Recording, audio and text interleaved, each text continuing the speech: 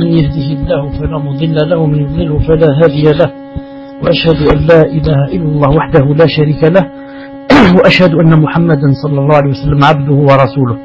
يا أيها الذين آمنوا اتقوا الله حق تقاته ولا تموتن إلا وأنتم مسلمون. يا أيها الناس اتقوا ربكم الذي خلقكم من نفس واحدة وخلق منها زوجها وبث منهما رجالا كثيرا ونساء واتقوا الله الذي تساءلون به والأرحام إن الله كان عليكم رقيبا. يا أيها الذين آمنوا اتقوا الله وقولوا قولا سديدا يصلح لكم أعمالكم ويغفر لكم ذنوبكم ومن يطع الله ورسوله فقد فاز فوزا عظيما.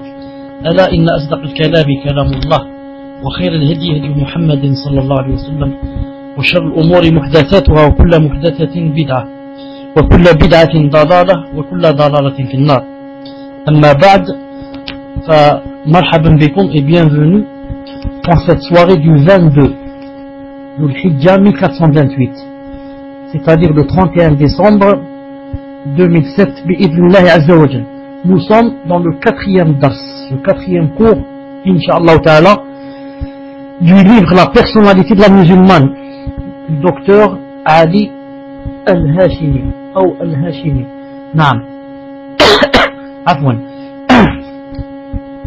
Le titre d'aujourd'hui, Inch'Allah Ta'ala, Tayyib Muslim fi sawt, et que quelqu'un de vous, Inch'Allah Ta'ala, écriva à chaque fois le titre. Naam. Écrive à chaque fois le titre. Donc nous sommes, Inch'Allah Ta'ala, chapitre 1, Naam, chapitre 1, 15e mot. Chapitre 1, 15e mot, ou petit 15, ou quelque chose comme ça. Elle porte le voile légal. Elle porte le voile légal. Bismillahirrahmanirrahim. Wassalatu wassalam ala ashrafil mursalin. La musulmane s'astreint à porter le voile légal. À chaque fois, une seconde, Inch'Allah, pour le micro, il y a un problème, une seconde.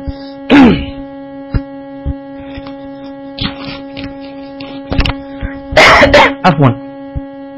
Le voile qu'on dit communément le hijab, et qu'Allah Ta'ala l'a appelé le djilbab dans le Coran, et l'habit islamique dont les caractéristiques ont été précisées dans le Coran et la tradition du prophète sallallahu alayhi wa sallam. Donc comme vous savez, le voile que met la femme a été cité dans le Coran parce que Allah Ta'ala a dit Ya ayyuhan nabiyyu qul li azwajika wa banatika wa nisa'il mu'minin yudnina alayhinna min jalabibihin. Il a appelé Allah Ta'ala le djilbab. Le djilbab, c'est quelque chose qui commence par la tête. On le met sur la tête et il descend jusqu'au sol. Et bien sûr, il a des, comment dirais-je, il a des caractéristiques, il a des conditions. Entre autres, il y en a 7 ou 8, je ne les rappelle pas maintenant. Quiconque veut les connaître avec précision, qu'il lise le livre de Cheikh Al-Albani, rahimahullah, qui parle dans cette chose-là, comme le voile islamique ou bien comme Adab Zifaf et les autres livres. Les plus importantes de ces conditions, c'est qu'il doit être large. Et qu'il doit être large pour ne pas mouler la femme ni montrer ses atours. Naam, et qu'il ne doit pas être transparent. Si il doit être large, alors mieux encore, il ne doit pas être transparent. Naam, ni un habit de mode. Naam, ni un habit de mode, ni d'une couleur attirante, ni d'une couleur bien, comment dirais-je, qui attire de loin les regards. Non, qui attire de loin les regards. Et bien sûr, il doit couvrir tout le corps. Donc la musulmane ne doit pas, la musulmane, on me dit je suis loin du micro. Est-ce que je suis loin du micro? Est-ce que je suis loin du micro ou bien vous m'entendez normalement? Alhamdulillah. Donc la musulmane ne doit pas sortir de chez elle ou bien apparaître devant des étrangers en exhibant ses atours ou en étant maquillée, car elle sait très bien qu'un tel comportement est catégoriquement interdit par un texte explicite du Coran. Allah Ta'ala dit dans le Coran, et dit aux croyantes de baisser le regard, de garder leur chasteté, les croyantes, hein, et dit aux croyantes de baisser le regard, comme l'homme baisse le regard, la croyante baisse le regard, aussi de garder leur chasteté, et de ne montrer de leurs atours que ce qui en paraît, c'est-à-dire les mains et le visage, et qu'elles rabattent leur voile sur les fentes de leur bustier, et qu'elles ne montrent leurs atours qu'à leur mari, ou à leur père, ou au père de leur mari, ou à leur fils, ou au fils de leur mari, ou à leur frère, ou au fils de leur frère, ou au fils de leur sœur, ou à l'esclave des deux sexes, ou au domestique impuissant, ou aux garçons impubères, qui ignorent tout des parties cachées des femmes, et qu'elles ne frappent pas de leurs pieds ce qu'elles cachent dans leur parure. Et repentez-vous tous devant Allah, ô croyants, afin que vous récoltiez le succès. Sourate 24, verset numéro 31. Remarquez ici qu'Allah Ta'ala a dit, remarquez ici qu'Allah Subhanahu wa Ta'ala a dit, Muslim, tu n'as pas le Coran pour, Inch'Allah Ta'ala, nous chercher le verset. Regardez qu'Allah Subhanahu wa Ta'ala a dit, ou aux domestiques impuissants. Ensuite il a dit, ou aux garçons impubères.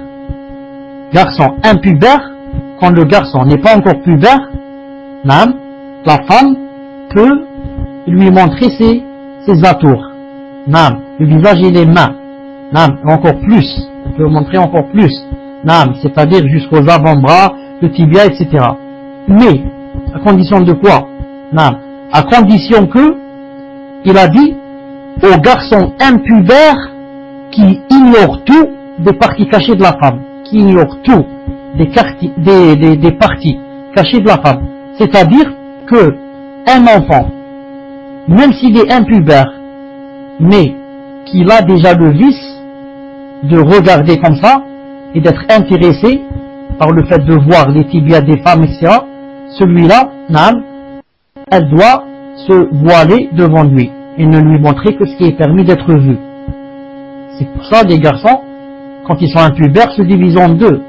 Il y a ceux qui ne sont pas intéressés par cette chose, et il y a ceux qui ont déjà le vice. De nos jours, par exemple, à force de voir des choses dans la télévision, on vient de vivre avec les kuffars, etc. Déjà très jeunes, ils apprennent ces choses. Donc si un garçon, même impubère, a le vice, la femme doit se cacher de lui. Je disais, et au début du verset, comme j'ai dit, et de ne montrer de leurs atours que ce qui paraît. Ici, Allah Ta'ala voulait dire le visage, les mains jusqu'au coude, le cou, un peu plus bas que le cou, et jusqu'au demi-tibia, bi'idhnillah azza wa jal. Donc, la musulmane consciencieuse, ne fait donc pas partie de ces femmes qui pullulent dans les sociétés contemporaines. Des femmes quasi nues, presque nues, égarées du droit chemin et désobéissantes au commandement d'Allah. Loin s'en faut. La musulmane doit éprouver une inquiétude intense quand elle entend le hadith du prophète sallallahu alayhi wa sallam qui relate dans un tableau terrifiant le sort de ces femmes non voilées et égarées qui subornent les hommes et contribuent à la corruption des mœurs et des mœurs aussi. Le prophète sallallahu alayhi wa sallam a dit dans un hadith rapporté par Muslim, et je crois aussi par Bukhari, il a dit, il y a deux catégories parmi les gens de l'enfer que je n'ai jamais vues auparavant. Il y a deux catégories des gens de l'enfer que je n'ai jamais vues auparavant.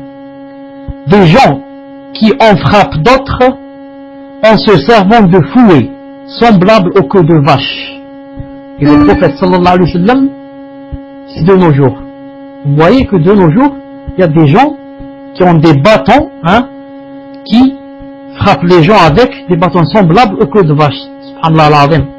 Et il a dit, des femmes des femmes nues, bien qu'elles soient habillées, et qui, délibérément, exprès, vacillantes, elles vacillent dans leur démarche, et font vaciller des esprits.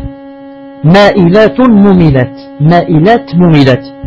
Et dans les têtes, à cause de leur coiffure ostentatoire, ressemblent aux bosses de chameau. Naam, sallallahu alayhi wa sallam.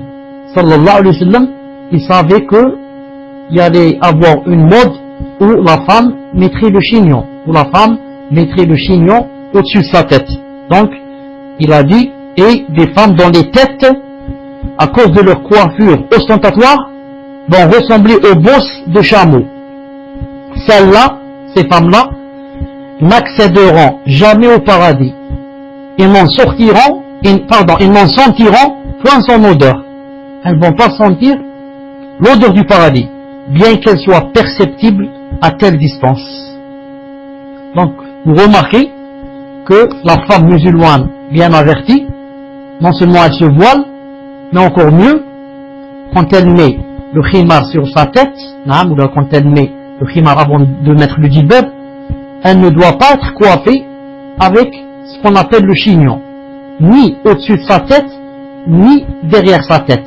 Le chignon, si elle le met quand elle est à la maison, elle ne met pas le chignon qui est sur la tête, mais elle met le chignon qui est du côté de son cou, qui descend vers le bas, derrière sa tête, pas sur sa tête.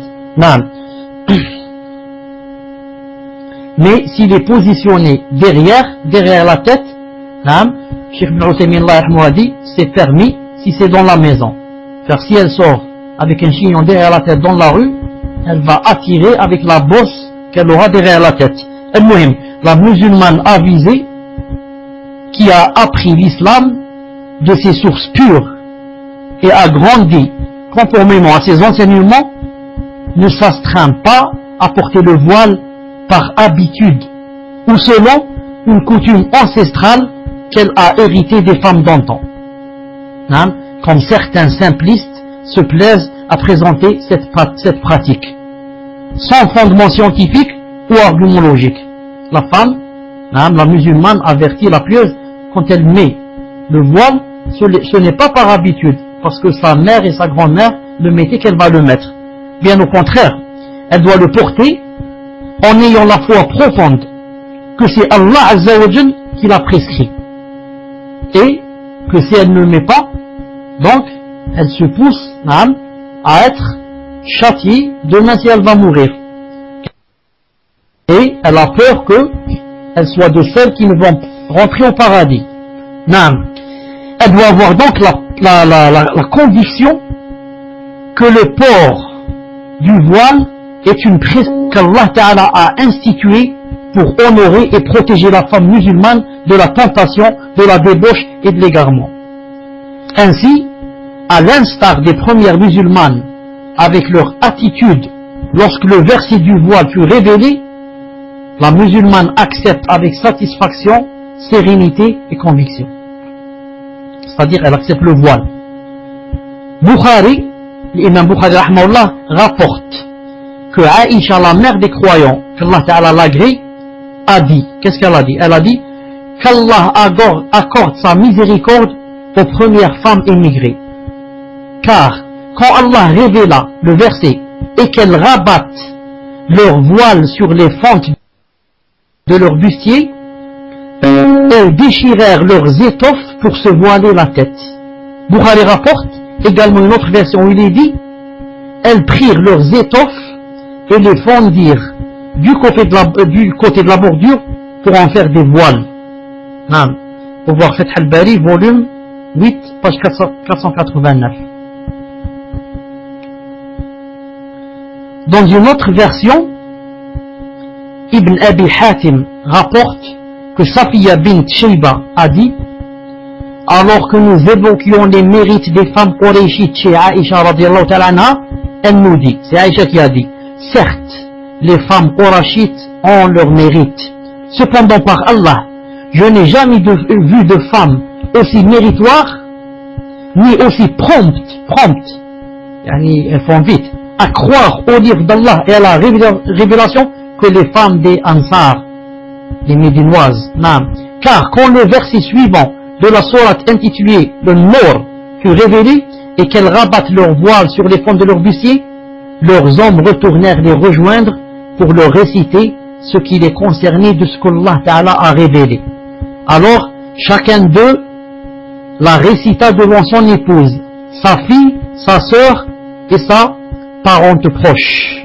Alors chacune d'elles prit son étoffe pour se voiler la tête, ce qui illustre leur foi et leur adhésion à ce qu'Allah Ta'ala a révélé. Puis, dès le lendemain, elles étaient derrière le messager d'Allah, à tête couverte, dans la prière, à la mosquée. On aurait dit qu'elle avait des corbeaux sur la tête. Fath al-Bari, 8, 489, 490. On dirait des corbeaux avec le voile. Vous avez remarqué que, autrefois, dès que l'époux disait à son épouse ou à sa fille, Allah Ta'ala a révélé tel verset, elle fait quoi? Elle l'applique sur le champ. Dès que les époux ont dit à leur femme, à leur fille, Allah Ta'ala a dit dans un verset et qu'elles rabattent leur voile sur les fentes de leur bustier, elles ont commencé à déchirer les étoffes et les mettre sur la tête. Maintenant nous, plusieurs femmes, quand on du voile, elles disent Inch'Allah Ta'ala, quand je vais au Hajj, je vais le mettre. Et l'autre elle dit Inch'Allah Ta'ala, je vais me marier, je vais le mettre. Et l'autre dit Inch'Allah Ta'ala, quand je vais faire la hijra, je vais le mettre. Et l'autre dit Inch'Allah Ta'ala, quand j'arrête du travail, je vais le mettre. Et l'autre dit Inch'Allah Ta'ala, quand je termine mes études, la licence, je vais le mettre.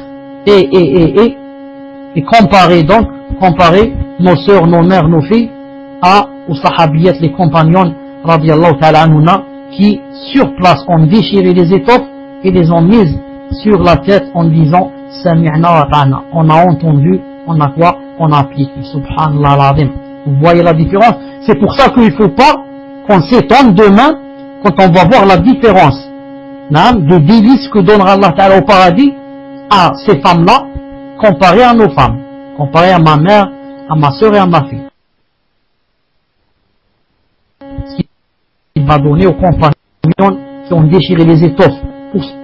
Maintenant, on se dit, ouais, d'accord, mais, il y a cela, il y a ceci, il y a des gens qui me voient, je suis complexé, il me complexe, je ne sais pas quoi. Que Allah subhanahu wa ta'ala raffermisse nos cœurs. Ensuite, il dit qu'Allah accorde sa bénédiction aux Ansarites, et aussi aux émigrés de la Mecque, les femmes qui ont émigré de la Mecque. Quelle foi profonde, quelle adhésion sincère à l'islam, quelle soumission prompte à la vérité dès sa révélation. Toute croyante en Allah et en son messager devrait suivre l'exemple de ces femmes de mérite. Elles devraient s'astreindre au port du voile islamique, et ne prêter aucune attention à la nudité et l'exhibitionnisme dans son entourage. Une seconde, Inch'Allah Ta'ala, une seconde. On m'envoie des noms qui font des problèmes dans la salle. Une seconde, Inch'Allah Ta'ala. Quand vous avez des noms qui vous font des problèmes dans la salle, dites-le-moi, Inch'Allah Ta'ala, pour les bouger. Pour que le problème avec eux. Regardez celui-là. Muslim, quand je bouse quelqu'un, est-ce que vous voyez, vous, c'est écrit que c'est bousé? Est-ce que c'est écrit avec son... d'accord. Ce slim-là, ou là, comment il s'appelle, ce khabith, au moins 5 ou 6 sœurs se sont plaintes de lui aujourd'hui. 5 ou 6 sœurs se sont plaintes de lui, il leur a envoyé je ne sais pas quoi. Et en même temps, comme lui, j'ai dit ça de lui, je n'oublierai pas de comment on dit le mot, je ne sais pas, c'est pas je plains, je gronde, ou là je ne sais pas dit, comment je dis, pour les sœurs qui quoi, qui ne veulent pas fermer leur PV. Non, toute sœur devrait fermer son PV dans le dars, pour que personne ne puisse lui envoyer une lettre ou quoi que ce soit, sauf les sœurs qu'elle a dans la liste. Un étranger ne peut jamais lui envoyer quoi que ce soit quand elle ferme ses PV. Donc j'en veux à celles qui n'ont pas fermé leur PV. Non, pour ceux qui ne savent pas, qui disent comment on ferme les PV, vous suivez ce que dit ici Coran Sunna. Il faut faire ainsi. Allez dans File. File. Vous voyez File, c'est pas ici, c'est dans la fenêtre principale du Paltalk. File. Ensuite, Setup préférence. Setup préférence. Privacy. Privacy. Et cochez la dernière case. Non.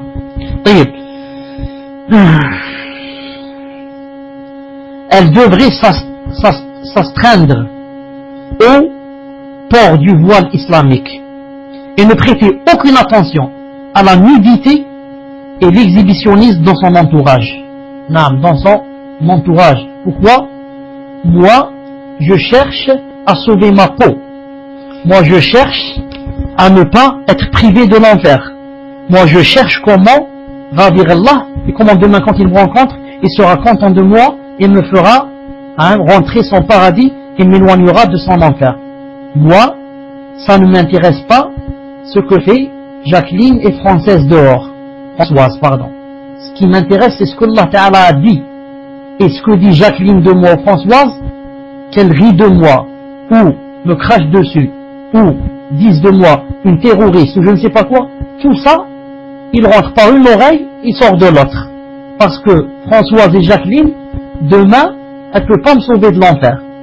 Demain, elle me dira, moi j'ai rien dit, j'ai rigolé, c'est tout. Mais je t'ai pas enchaîné, et je t'ai pas dit de ne pas le mettre. Naam. Tayyib. Donc, il dit, ceci me rappelle, naam, ceci me rappelle l'attitude d'une jeune universitaire musulmane voilée, qui n'est pas moins exemplaire que celle adoptée par les émigrés de la Mecque et les Ansarites. Radiallahu ta'ala anhun. Un correspondant de presse en visite à l'université de Damas demanda à cette fille, cette étudiante, quelles sont les raisons pour lesquelles elle portait le voile durant la chaleur infernale de l'été. Il lui a dit, ma soeur, j'ai une question à vous poser, je suis journaliste. Il lui a dit, tafaddal. Il a dit, quelles sont les raisons qui vous poussent, c'est pas à porter, pardon, à supporter le voile durant cette chaleur infernale et torride. Elle a répondu, Masha'Allah, pour ceux et celles qui connaissent le Coran, elle a répondu, dis, le feu de la Géhenne, le feu de Jahannam est plus intense en chaleur. Qul naru jahannama aharru, c'est pas ashaddu harran. Qul naru jahannama ashaddu harran law kanu yafqahun. Sourate 9, verset 81.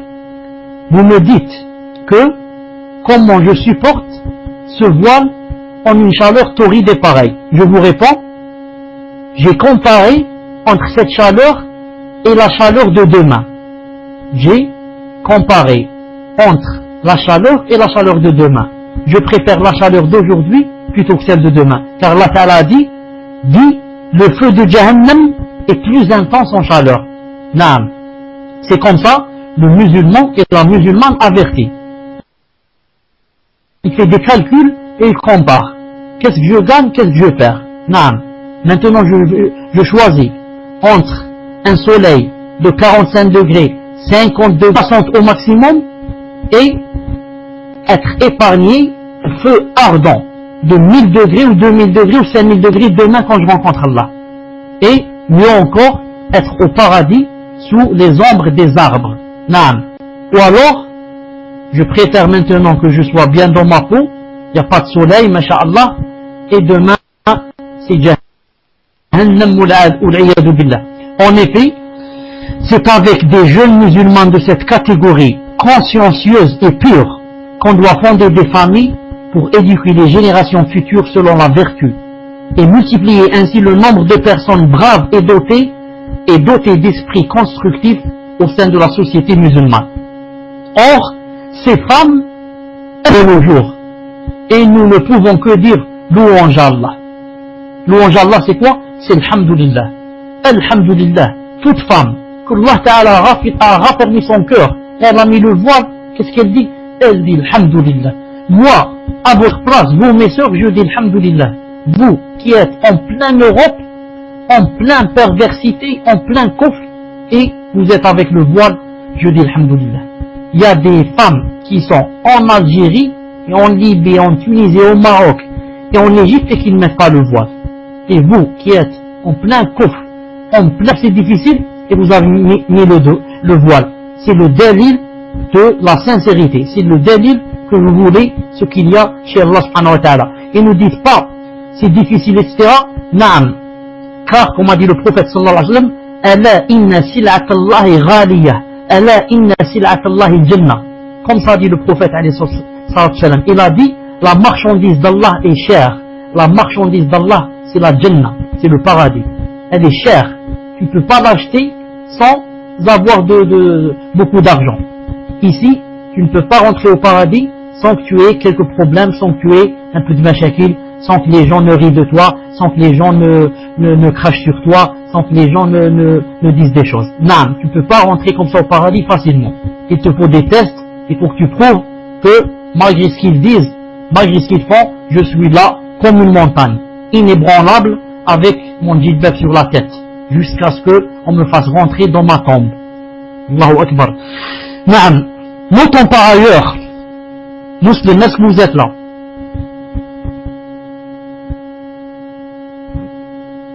Notons par ailleurs que le port du voile, naam, n'est pas une pratique innovée par l'islam. En réalité, toutes les lois relatives aux religions révélées avant l'islam ont prescrit le voile. Subhanallah, le voile, il n'a pas été révélé seulement en islam. Toutes les religions qui ont précédé l'islam ont parlé du voile. Naam. Cela est attesté par ce qui nous est parvenu de ces lois dans les livres révélés.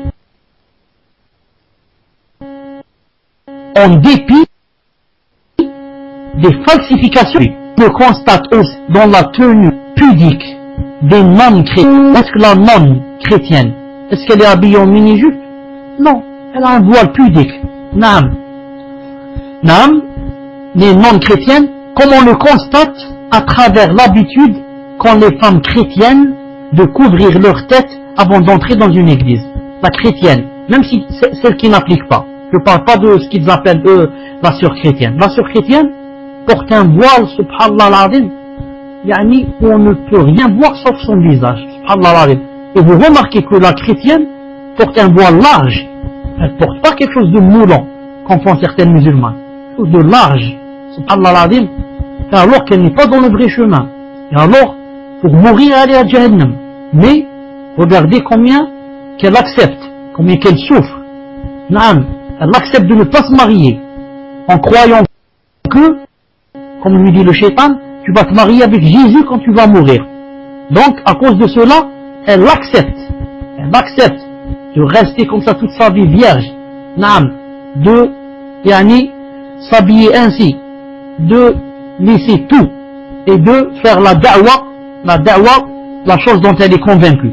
Donc vous remarquez, la chrétienne, même celle qui n'applique pas, qui, la semaine, pendant ses jours, pendant sa vie quotidienne, ne met pas le voile, mais dès qu'elle arrive à l'église, avant de rentrer, elle met un châle sur sa tête, ou bien un foulard.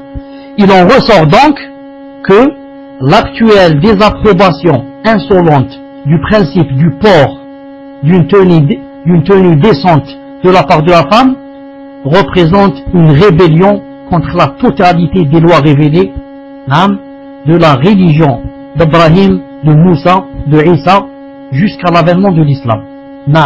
Une femme qui ne met pas le voile maintenant, elle s'est rébellée. Une vraie rébellion contre quoi? Contre toutes les religions qui étaient avant. Celle de Moïse, celle de Jésus, celle avant et celle d'Ibrahim alayhi salam. Subhanallah al-azim. En vérité, cette désapprobation, le fait de ne pas accepter le voile, traduit un désengagement à l'égard de la religion qu'Allah Ta'ala l'unique a communiqué à l'humanité tout entière à travers le temps, par le biais de ses messagers. Naam. Par le biais de ses messagers, afin d'enraciner dans l'âme humaine les valeurs de droiture, de vertu et de bienfaisance humaine, et pour que les gens bien guidés fusionnent en une seule communauté. Comme Allah Ta'ala a dit, qu'est-ce qu'il a dit? Les gens ne formaient à l'origine qu'une seule communauté, puis ils divergèrent. Et n'était-ce une décision préalable de ton Seigneur, les litiges qui les opposaient seraient tranchés. Al-Muhim, l'obstination de certaines communautés humaines contemporaines, l'obstination de certaines communautés et sociétés contemporaines à dévoiler la femme et à l'inciter à être impudique, que ce soit dans les pays musulmans ou dans les autres pays du monde, indique leur égarement de la voie d'Allah.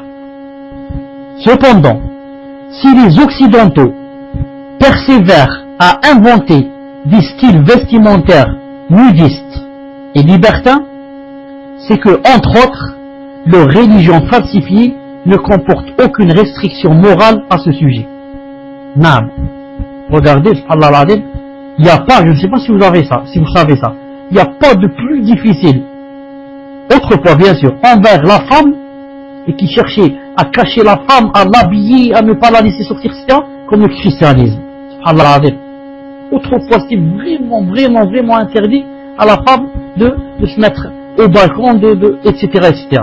Regardez maintenant, subhanallah al-azim, tellement que les gens fuient le christianisme, et tellement qu'ils ont senti qu'il ne comporte rien de vrai, que font alors les prêtres pour les attirer? Maintenant, ils font comme ça des assises entre eux, les prêtres, ils disent, maintenant tout le monde part vers l'islam. Les églises sont devenues vides. Qu'est-ce qu'on fait? Les gens ne nous aiment plus, ne nous font plus confiance, etc. Alors qu'est-ce qu'ils font? À chaque fois, ils leur permettent des choses qui sont interdites, même dans leur dîme. Ils leur permettent maintenant de danser, dans quoi? Dans l'église. Faire des soirées avec l'alcool dans l'église. Naam. Les homosexuels, ils peuvent se marier dans l'église s'ils veulent. Même les hommes avec les hommes, les femmes avec les femmes. Ça ne fait rien. L'essentiel, c'est d'attirer les gens. Tout le monde a quitté l'église et est parti vers l'islam ou bien vers l'athéisme. Alors on doit tout leur permettre pour qu'ils reviennent vers nous. Subhanallah al-azim. Subhanallah al-azim. Naam. Quant aux musulmans, en dépit de l'apathie et de la négligence que certains d'entre eux manifestent de temps en temps à l'égard de leur religion, ils ne doivent en aucun cas accepter une telle perversion. Car le Coran, ce livre authentique, a été révélé puis préservé par Allah, et il continue à le réciter nuit et jour.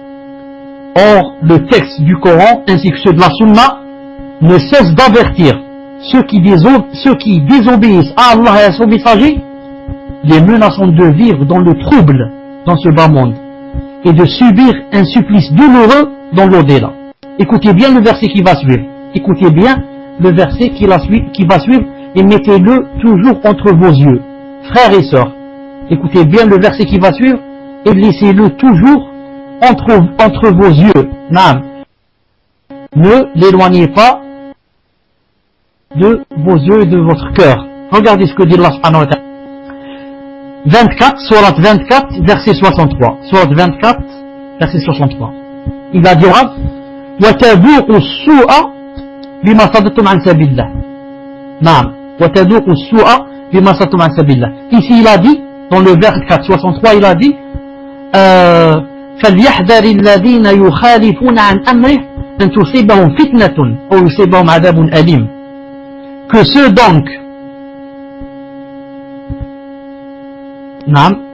c'est celui-là le verset, que ceux donc qui contreviennent à son ordre prennent garde, la dernière ayah, que ceux donc qui s'opposent à son commandement prennent garde qu'une épreuve ne les atteigne ou que ne les atteigne un châtiment douloureux. Allah Ta'ala a dit, attention, quiconque s'oppose ou bien désobéit à ce qu'a dit le prophète sallallahu alayhi wa sallam, qu'est-ce qui va lui passer? Une des deux choses. Ou bien, ici dans cette vie, il va avoir le trouble et des épreuves vont lui arriver. Ou bien, s'il lui arrive rien ici, il va mourir. C'est un châtiment douloureux qui l'attend. Subhanallah al-Azim. Toute personne qui désobéit à la loi d'Allah subhanahu wa ta'ala, elle sera toujours entre l'enclume et le marteau. C'est-à-dire ici, ou bien elle aura l'enclume qui sera le trouble et les problèmes et les malheurs. Ou bien, c'est là-bas et encore c'est plus grave. C'est quoi? C'est le châtiment douloureux de l'enfer. Donc c'est mieux pour quelqu'un qu'il paye ici que plutôt il paye là-bas.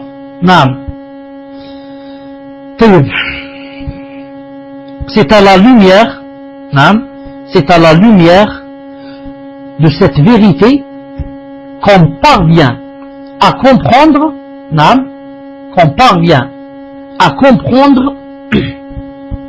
pardon, je vais voir où j'étais, c'est à la lumière de cette vérité qu'on parvient à comprendre l'échec cuisant de tous les défaitistes qui se sont évertués à inciter la femme à se débarrasser du voile islamique. Tous ceux qui ont essayé n'ont jamais pu arriver à leur fin, alhamdoulilah.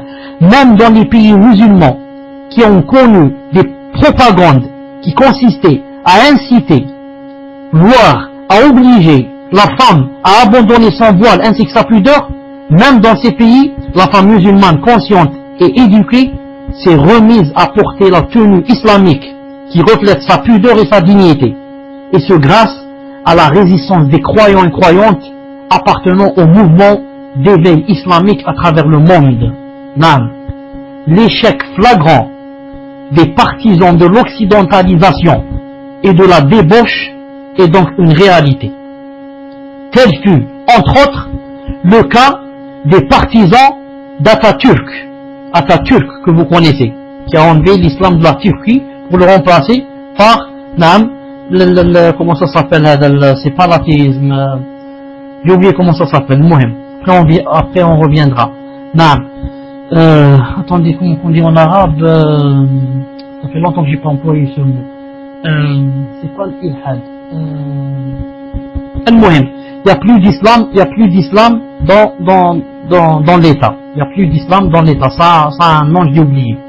Le cas des partisans d'Atatürk en Turquie, de Reza Pahlavi en Iran, Khoja en Albanie, et de Morqos Fahmi, ou bien Qasim Amin, ou bien Houda Sha'rawi en Égypte. Tout cela, et celle-là que je viens de citer, sont les personnes les plus connues qui sont pour la laïcité bien sûr, et spécialement contre le voile de la femme musulmane. La laïcité. Atatürk a mis la laïcité. Mieux, certains d'entre eux se sont rétractés et ont abandonné leurs idées antérieures qui appelaient la femme au dévoilement et à une mixité inconsidérée avec les hommes. Ainsi, Nawal al-Sa'dawi, une égyptienne très connue pour son adversité au voile islamique.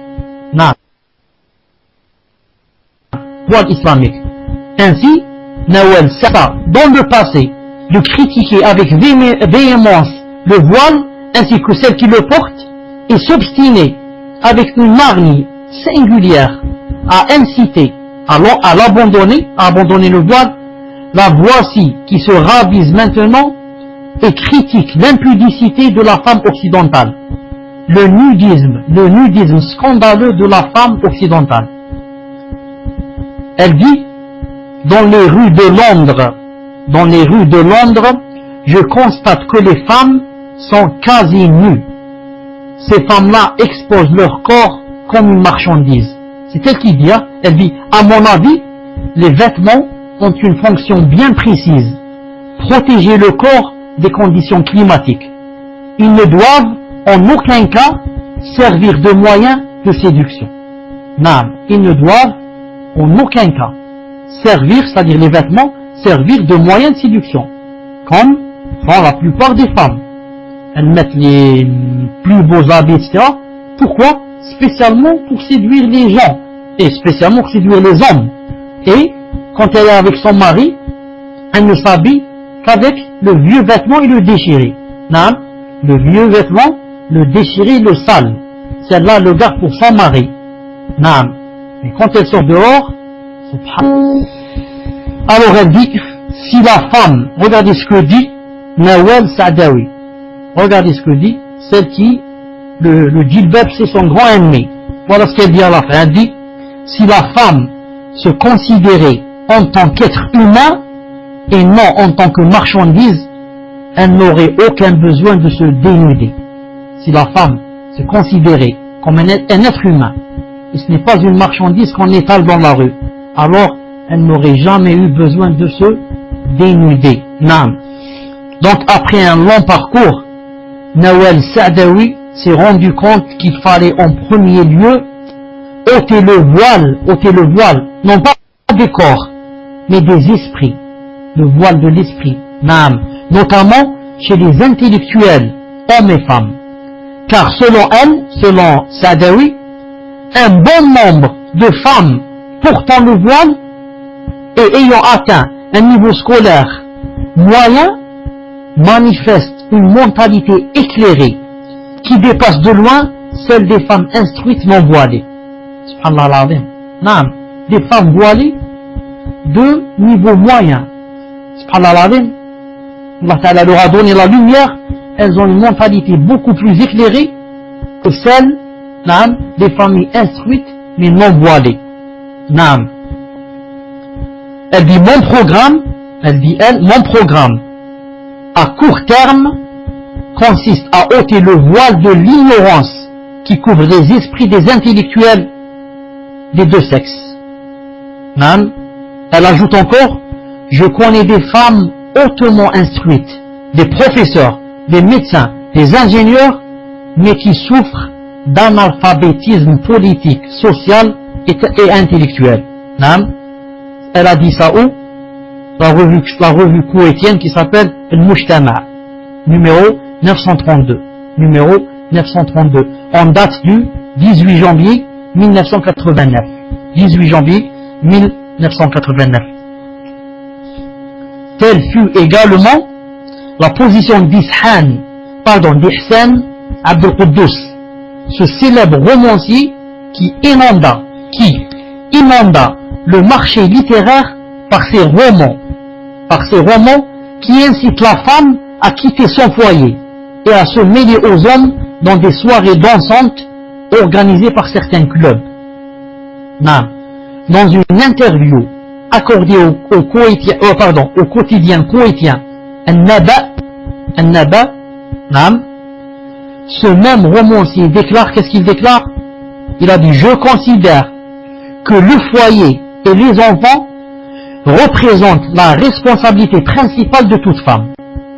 Ceci s'applique en premier lieu à mon cas personnel, car sans le dévouement total de ma femme à notre foyer et à nos enfants, je n'aurais jamais pu ni fonder une famille, ni réaliser la stabilité et la réussite que j'ai connue. Non, il a dit, si c'était pas ma femme qui était restée dans le foyer, moi qui incitais les femmes à sortir, si c'était pas ma femme qui était restée dans le foyer, je n'aurais jamais connu ces réussites. Dans un autre passage de la même interview, il dit, de ma vie, écoutez ce qu'il dit, de ma vie, je n'ai jamais souhaité me marier avec une femme qui travaille. Ma position là-dessus est bien connue. Dès le début, j'étais conscient de l'importante responsabilité ménagère incombant à la femme. La responsabilité de la femme à la et qu'est-ce qu'elle fait? Elle fait sortir une umma et les récompenses qui l'attendent demain devant Allah pour cette astreinte à quoi? À faire ce que Allah Ta'ala lui a demandé, comme il a dit dans le Coran, وَقَرْنَ فِي بُيُوتِكُنَّ. Maintenant, la femme sort comme l'homme. Elle sort le matin, à 6 heures du matin, il fait nuit. Elle revient à 17 heures ou je ne sais pas, 18 heures, il fait nuit. Elle ne sait pas ce qui s'est passé avec ses enfants. Ses enfants étaient je ne sais où, chez sa grand-mère ou chez sa mère à elle, ou bien avec la servante qui lui apprenait je ne sais pas quoi, qui faisait avec ses enfants je ne sais pas quoi. Et Allah subhanahu wa ta'ala al-musta'an. Naam. 16e, chapitre 1, 16e, elle évite la mixité inconsidérée avec les hommes. Elle évite la mixité inconsidérée avec les hommes. Tu as écrit? Alhamdulillah. Wasbak. Coran et Sunna. Mais une seconde le Coran, je reviens Inch'Allah Ta'ala dans une minute. Salam alaikum wa rahmatullah.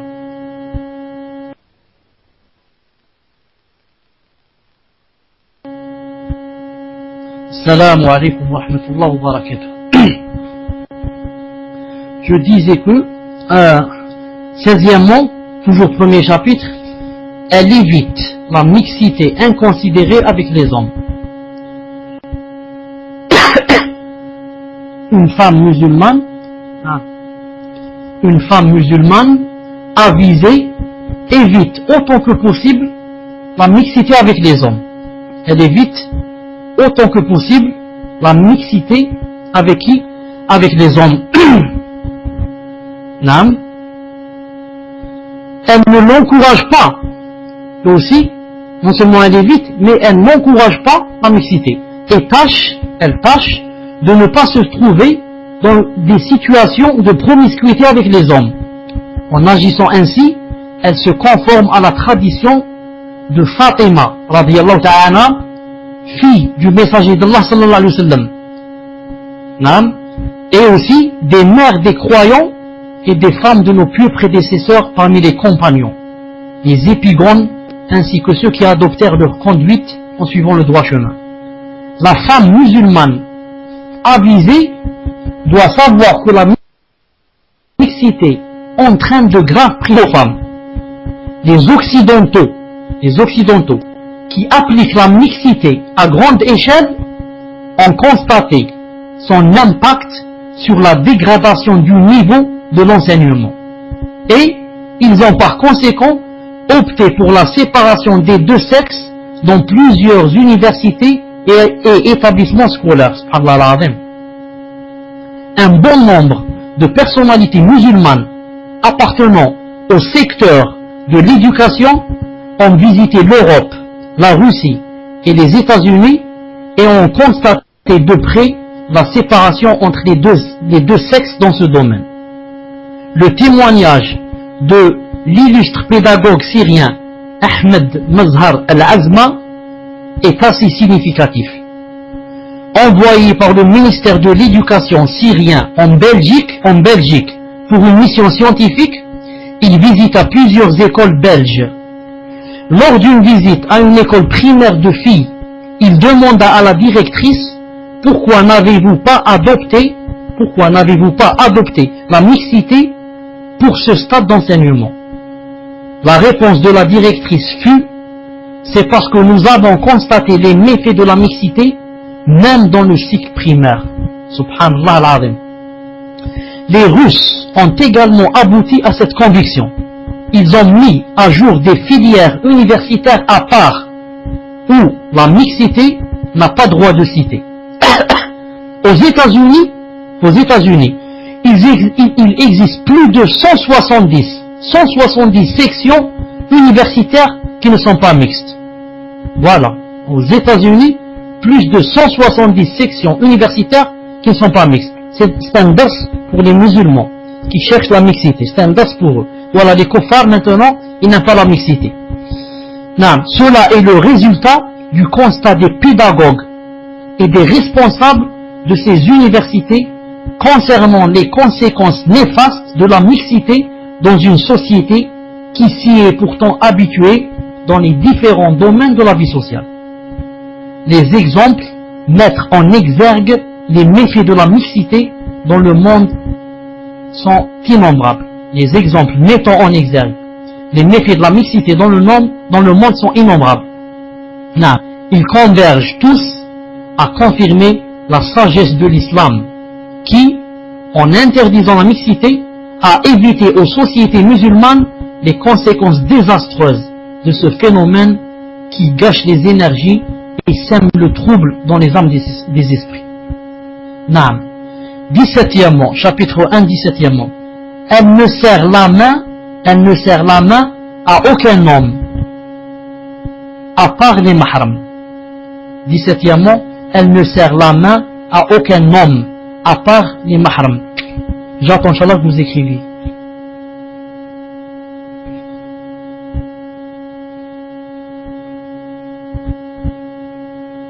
Ahsanallahu ilayk.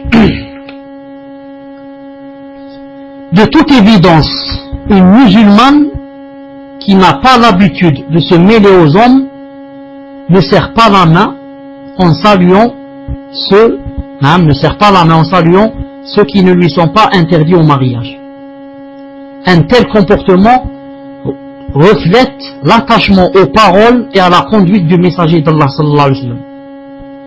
Car l'imam al-Bukhari rahimahullah rapporte que Aïcha, qu'Allah l'agrée, a dit, qu'est-ce qu'elle a dit? Elle a dit, lorsque des croyantes émigraient auprès du prophète sallallahu alayhi wa sallam, il les mettait à l'épreuve en leur récitant la parole d'Allah, quand Allah Ta'ala a dit, ô croyants, quand les croyantes viennent à vous en émigrer, éprouvez-les, jusqu'à la fin du verset. Si elles déclarent avoir accepté les conditions exprimées dans ce verset, alors le messager d'Allah leur dit, allez donc, j'ai reçu votre serment d'allégeance. Aïcha dit, par Allah, jamais la main du messager d'Allah n'a-t-elle touché la main d'une femme étrangère. Il se contentait de leur faire prêter serment en parole. Par Allah, jamais le messager d'Allah n'a-t-il fait prêter les femmes serment que conformément à ce qu'Allah lui a ordonné. Quand il leur faisait prêter serment d'allégeance, il leur disait, j'ai pris votre serment en parole, c'est-à-dire j'ai pas besoin de donner ma main. J'ajoute ici que le prophète sallallahu alayhi wa sallam a dit dans le hadith numéro 5045 qui se trouve dans Sahih Jami' de Sheikh al-Albani, hadith combien? 5045. Il a dit, la an yut'ana fi ra'si ahadikum bi mikhyat min hadid khayrun lahum min an yamassa imra'atan la tahillu lahu. Le prophète alayhi salam a dit, si on frappait l'un de vous avec une aiguille en fer, l'aiguille, là vous connaissez la grande aiguille avec laquelle on coud les matelas, etc., combien qu'elle est grande, il a dit, si on frappait quelqu'un avec une aiguille pareille sur votre tête, et bien sûr le sang va couler, etc., il a dit, c'est mieux que de toucher une femme qui m'est étrangère. Donc, cela s'applique à l'homme qui touche la femme qui lui est étrangère, et ça s'applique à la femme qui touche l'homme qui lui est étranger. Ça, si elle le touche seulement avec la main, en le saluant. Qu'en est-elle de celles à leurs cousins, à leurs cousines, et qu'en est-elle de celles qui font des choses graves. Allah subhanahu wa ta'ala l'affirme. 18e, chapitre 1, 18e. Elle ne voyage jamais sans mahram. Elle ne voyage jamais sans mahram.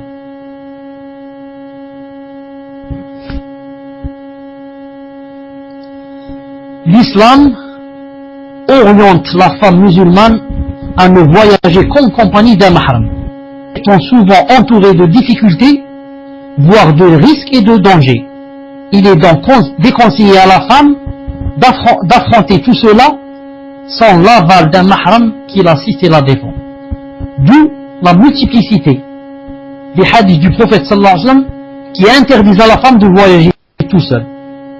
Entre autres, le prophète sallallahu alayhi wa sallam a dit, La tusafiru al-mar'atu illa ma'a dhi mahram.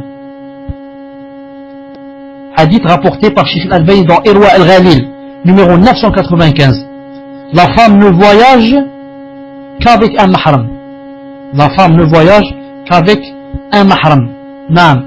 Et dans un autre hadith, il a dit, dans ce hadith, il n'a pas cité la durée. Dans un autre hadith, il a dit 1 jour et 1 nuit. Dans un autre hadith, il a dit 3 jours et 3 nuits. Mais dans ce hadith, il n'a pas cité de durée. Ça veut dire, tout voyage, elle ne le voyage pas sans mahram. Sauf bien sûr, si elle est dans la darura. C'est quoi la darura par exemple? C'est pour faire quoi? Pour faire la hijra. Elle est dans un pays de kufr, elle n'a pas trouvé qui l'accompagnait pour faire la hijra dans un pays arabe. Elle l'a fait seule. Certaines compagnons comme Kulthum bint Mu'ayt radiallahu ta'ala anha, et d'autres aussi ont fait quoi? On fait la hijra sans mahram. Car c'est quoi? C'est ici, c'est devenu une darura. C'est-à-dire, on est entre deux feux et entre deux maux. Le mot de rester, le mal de rester dans Bilad al-Kufr et le mal de voyager seul. Quel est le plus grand mal? Le plus grand mal, c'est de rester dans le pays Kufr. Donc je voyage seul, c'est juste 1 heure ou 2, et je sors du grand feu. Je sors du grand feu, du grand mal. Taïb. La vraie femme musulmane est celle qui obéit à son Seigneur, exécute ses ordres, évite ses interdits, accepte ses lois et s'attache aux enseignements, aux rites et aux règles de conduite édictées par sa religion. Elle doit manifester toute la patience nécessaire pour accomplir les commandements d'Allah, le Tout-Puissant, même s'ils ne correspondent pas à certains concepts sociaux dominants. Quand Allah Ta'ala te dit de faire une chose, ou là son prophète sallallahu alayhi wa sallam, c'est toujours dans ton intérêt. Même si tu as compris la sagesse de les commandements ou tu les as pas compris. C'est toujours pour ton bien.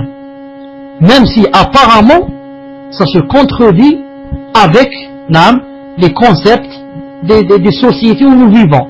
Ou bien ça se contredit avec les idéologies des gens. Ou bien ça se contredit avec mes passions. Moi je veux telle chose et Allah veut le contraire. Si tu choisis ce que veut Allah subhanahu wa ta'ala, tu seras toujours la meilleure dans cette vie, dans l'au-delà. Pas seulement dans l'au-delà, dans cette vie aussi.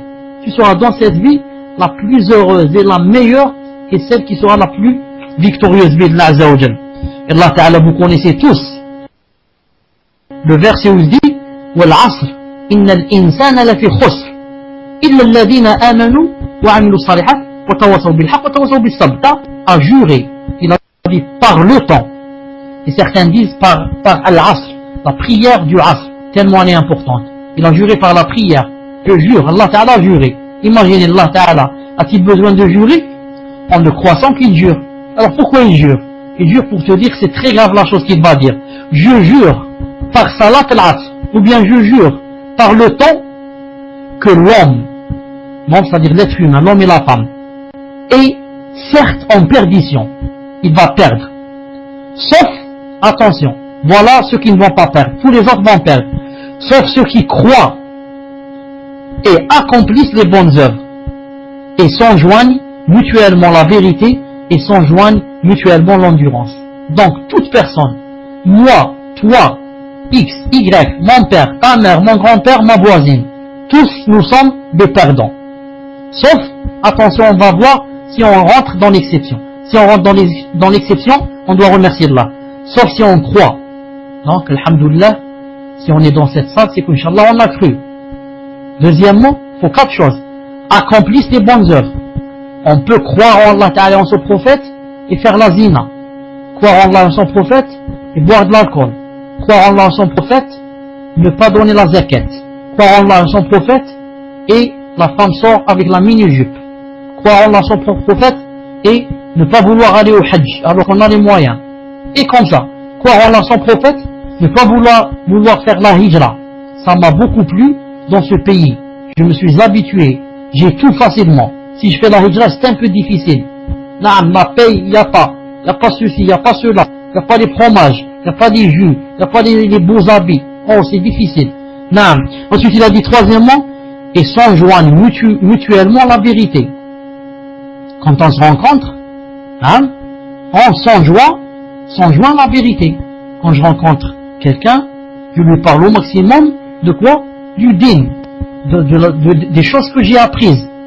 Quand la sœur rencontre la sœur, elle ne parle pas seulement de mariage et de je ne sais pas quoi. Elle parle d'abord du din. Écoute ce que j'ai entendu. Écoute ce que j'ai lu. Écoute ce qui se passe demain quand on va mourir. Écoute ce qu'a dit le prophète alayhi salam. C'est ça. Troisième condition, s'enjoignent la vérité. Et quatrièmement, et s'enjoignent mutuellement l'endurance et la patience. Car, comme j'ai dit tout à l'heure, ce n'est pas facile. Car le paradis a été entouré de choses, bien sûr, qu'on déteste. Ici dans cette, il a été entouré de choses qui nous sont difficiles plus ou moins à faire, que notre âme et nos passions n'aiment pas. Le paradis, c'est la prière. C'est jeter la couverture et faire le wudu. Hein, le wudu. Ensuite, c'est la prière. Descendre, lire, ceci, cela, se prosterner. Et c'est ceci, cela, tous les commandements. Et Jahannam, l'enfer a été entouré de quoi? De tentation. Oh, Jahannam, c'est très facile. Qu'est-ce qui est facile? De rentrer au paradis ou de rentrer en enfer? De rentrer en enfer. C'est très facile. Maintenant, hein, je bois un peu d'alcool. J'ai mis un pied à l'enfer. Maintenant, je jette mon djilbab. J'ai mis un pied à l'enfer. Maintenant, je dis, je fais pas salat al-Isha jusqu'à demain. J'ai mis un pied en enfer. Et comme ça, c'est très facile. Mais le Jannah, la marchandise est chère. Car ce que tu vas trouver dans le paradis, tu ne l'as jamais vu.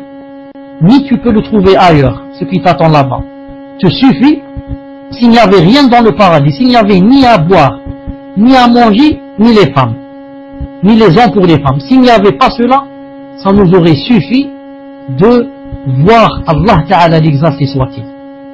Allah Ta'ala l'exalté soit-il.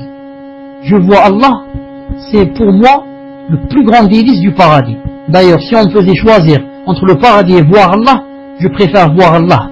Non, si on me faisait choisir, je préfère voir Allah. C'est pour ça que les savants disent que si Allah Ta'ala faisait rentrer les kuffars au paradis, alors qu'il ne va pas les faire rentrer, supposition, si Allah Ta'ala faisait rentrer les kuffars au paradis, mais il leur dira, mais à condition que vous ne me voyez pas, c'est tout. Vous allez rentrer au paradis, mais vous n'allez pas me voir. Et les savants ont dit, alors ils vivront vraiment malheureux dans le paradis. Non, à quoi ça sert dans le paradis d'être si je ne vois pas Allah Ta'ala qui m'a créé? Subhanallah al-Azim, subhanallah al-Azim. Je disais, 19e, elle accepte la prédestination et les décrets d'Allah subhanahu wa ta'ala. Elle accepte la prédestination et les décrets d'Allah subhanahu wa ta'ala. Naam. Écrivez cela.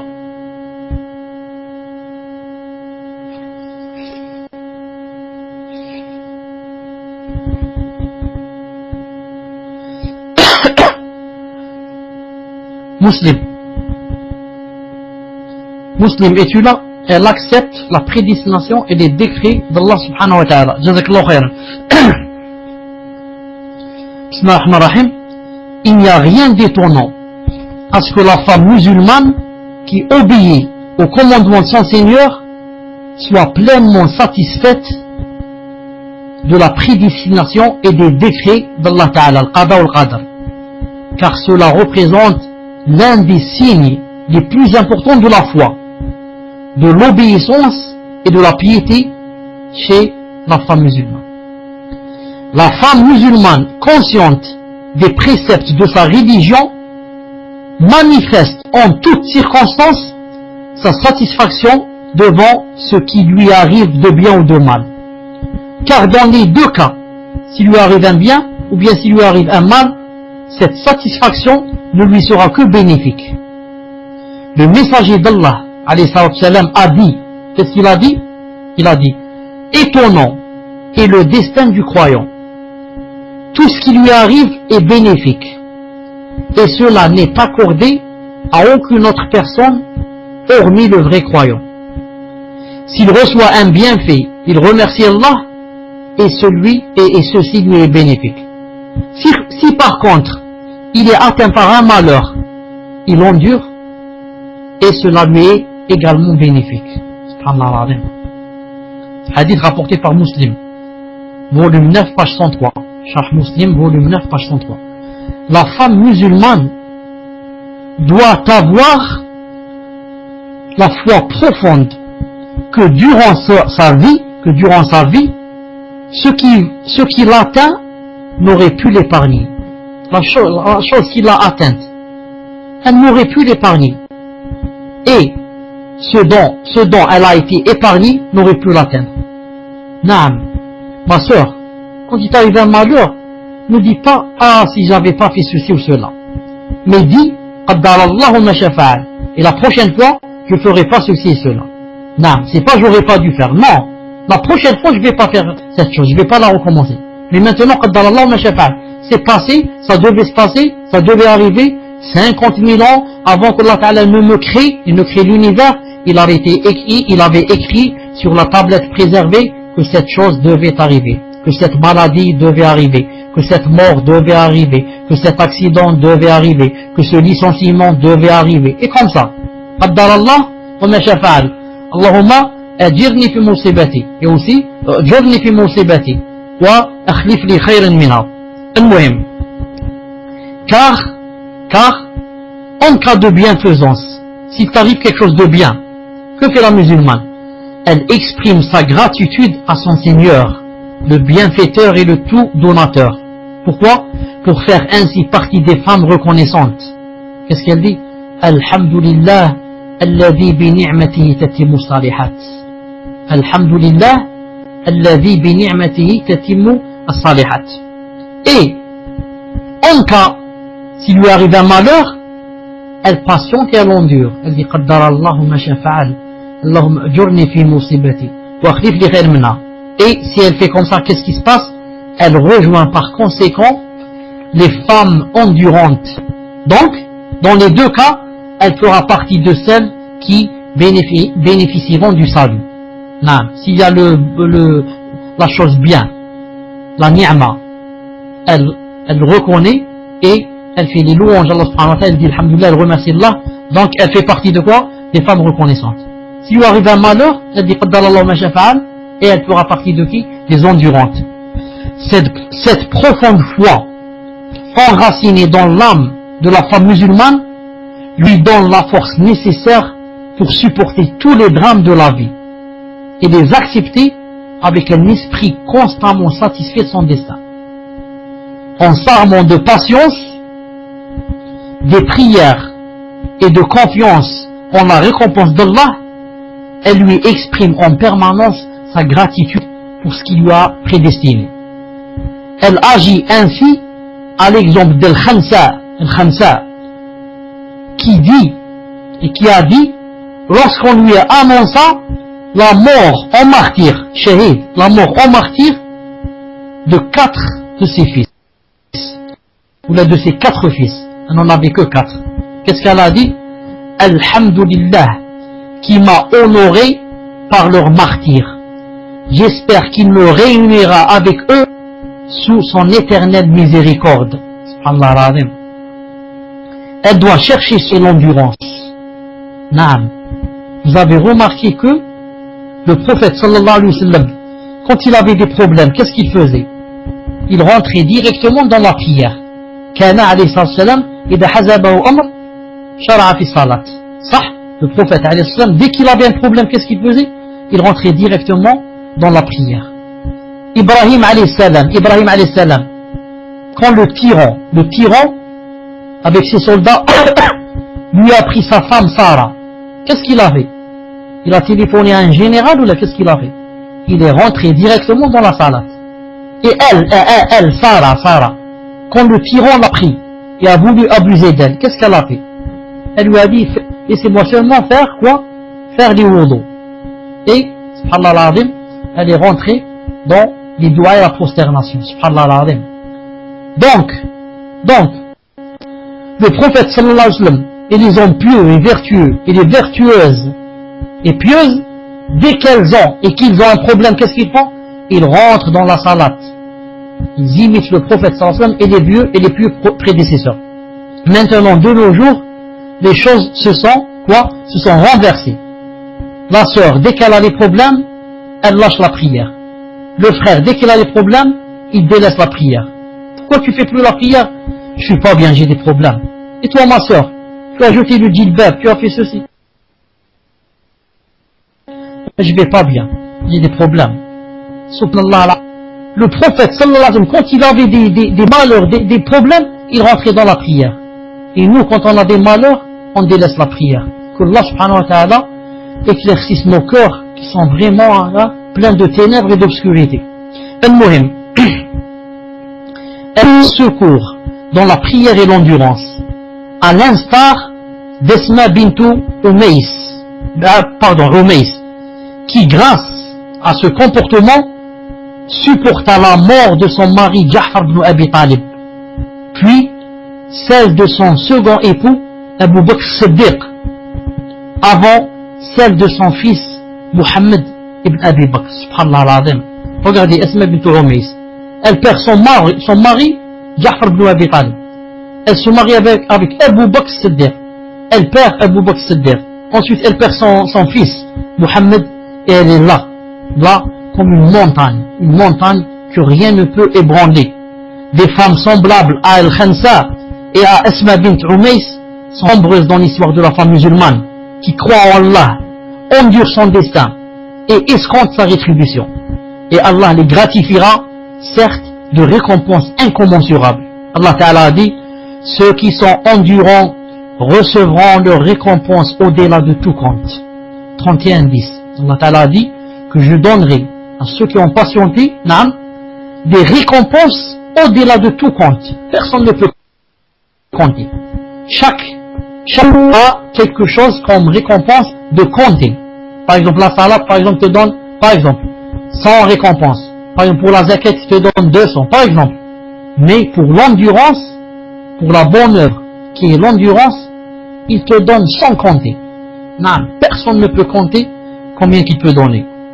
20e, elle est repentante. 20e, elle est repentante.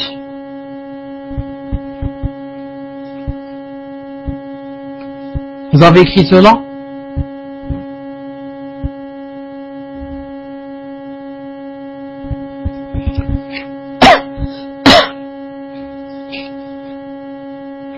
Alhamdulillah, 20e, elle est repentante. Il arrive que quoi? Une seconde. Non.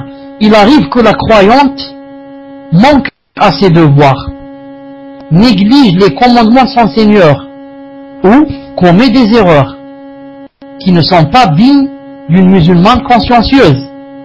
Cependant, elle ne doit pas persister dans cette négligence. Dès qu'elle s'en rend compte, qu'est-ce qu'elle fait? Elle doit s'empresser à se repentir de son erreur et implorer le pardon d'Allah pour retrouver l'éclat de sa foi, la pureté de son âme et l'enthousiasme qu'elle avait pour sa religion. Elle implore le pardon d'Allah et revient vers lui, repentante, car Allah Ta'ala a dit, lorsque une suggestion du diable les touche, se rappelle son châtiment et les voilà devenus clairvoyants. Donc Allah Ta'ala, remarquez ce qu'il a dit dans ce verset 7, Surat 7, verset 201, qu'est-ce qu'il a dit? Allah Ta'ala a dit, ceux qui craignent Allah, lorsque une suggestion ou bien une tentation du diable les touche, qu'est-ce qu'ils font? Ils se rappellent du châtiment d'Allah et les voilà devenus clairvoyants. Donc ceux qui, écoutez bien, ceux qui craignent Allah, c'est possible qu'une tentation des diables ou bien du diable les touche, car on n'est pas infaillible. Est-ce qu'on est infaillible? On n'est pas infaillible. Moi je fais des fautes, vous faites des fautes. Mais est-ce que quand on fait la faute, on est content et on rit et ça nous dit rien, et peut-être même on incite les autres à faire la même faute, ou bien on se rappelle le châtiment d'Allah et nous voilà devenus clairvoyants. C'est ça la balance, c'est ça le signe, c'est ça le dalil pour que tu saches qui est celui qui craint Allah.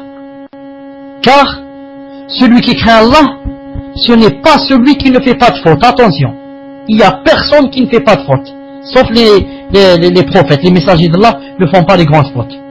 Nous tous, on fait des fautes. Mais attention, quand on fait une faute, est-ce qu'on se repent, on regrette, on pleure, on fait la prière, on fait l'aumône pour que Allah nous pardonne, ou bien on continue comme si de rien n'était? Si tu continues comme si de rien n'était, tu n'es pas de ceux qui craignent Allah subhanahu wa ta'ala. Mais si, malgré ta faute, si elle est la plus grande faute du monde, tu as délaissé l'islam, tu t'es apostasié, tu es allé vers le christianisme, tu es allé à l'église, tu as fait la messe, tu as fait la zina chaque soir, mais tu es revenu vers Allah. Tu reviens vers lui, il revient vers toi. Tu vas vers lui en faisant un menton, il vient vers toi en faisant une coudée. Tu vas vers Allah en marchant, il vient vers toi en courant. Donc, apprenez bien que l'essentiel c'est quoi? C'est le repentir. Bien sûr, j'essaie au maximum de ne pas faire des fautes.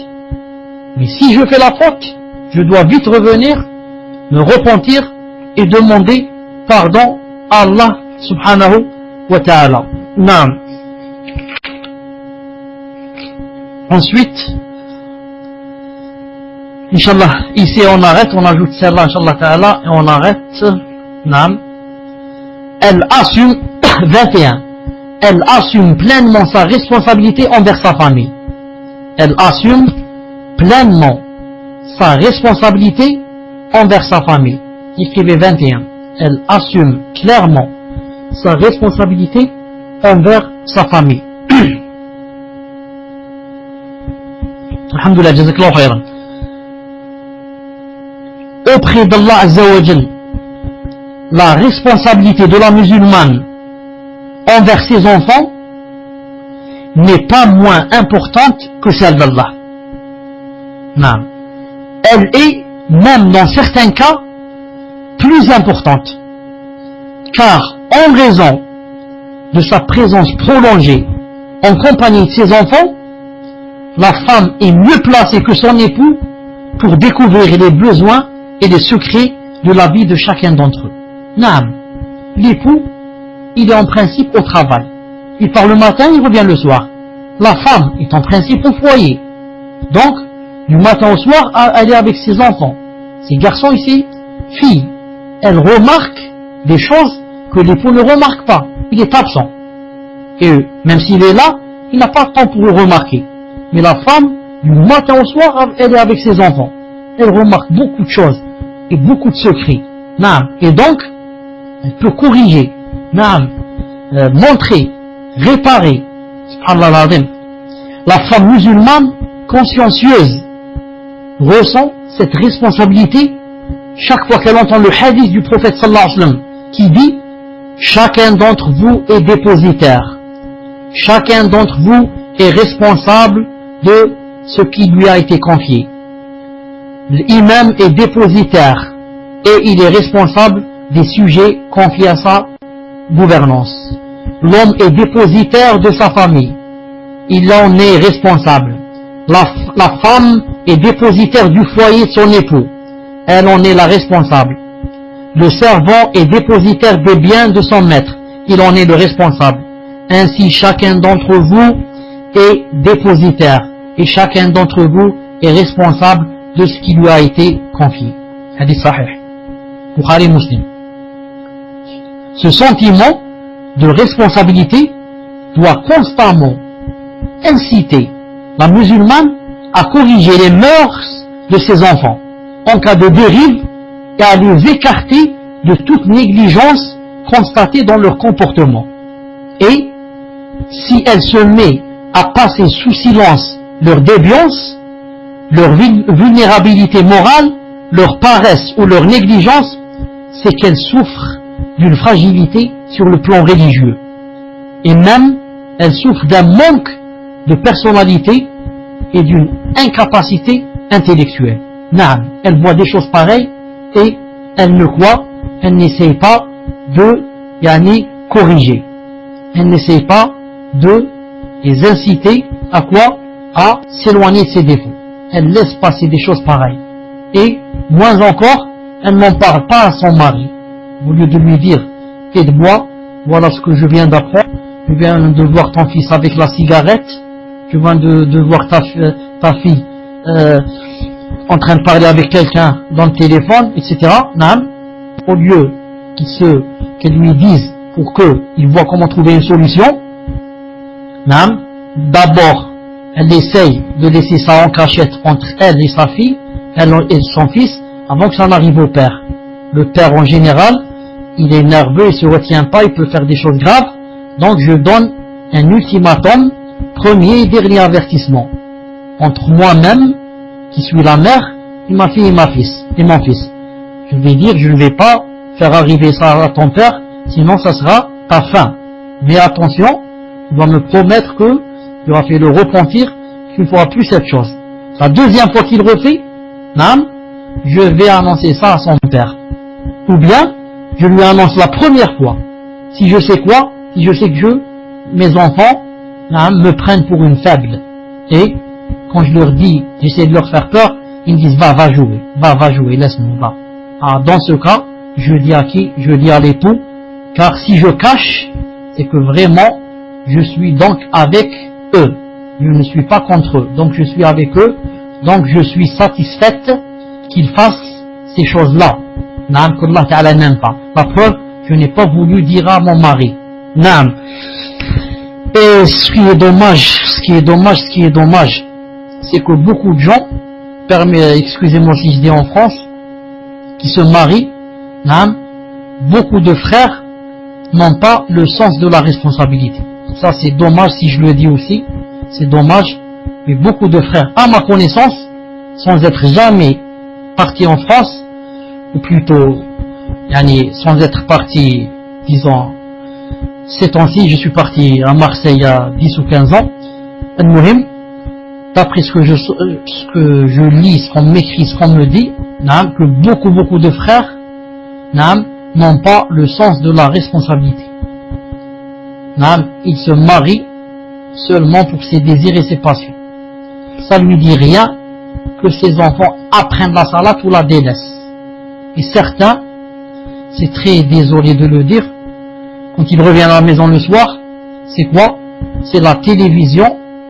Et si au moins c'était quelque chose de permis dans la télévision, si au moins c'était, je ne sais pas, un documentaire où là on montre des forêts ou là des animaux, mais pour voir des choses obscènes, des choses indécentes. Et plusieurs sœurs me disent, j'ai surpris mon mari en train de voir ces choses plusieurs fois, subhanallah al-azim. Qu'Allah subhanahu wa ta'ala raffermisse nos cœurs. Voilà ce que je voulais dire pour aujourd'hui. Le prochain titre, Inch'Allah ta'ala, c'est l'agrément d'Allah est sa principale aspiration. Ensuite, 23, elle agit selon le principe de l'adoration due à Allah. 24e, ce sera très intéressant, elle s'évertue à apporter son soutien à l'islam. أقول ما تسمعون أستغفر الله لي ولكم سبحانك اللهم وبحمدك أشهد أن لا إله إلا أنت أستغفرك وأتوب إليك. Muslim met le Coran. On se rencontre, Inch'Allah Ta'ala, dans 5 minutes. Assalamu alaikum wa rahmatullahi wa barakatuh.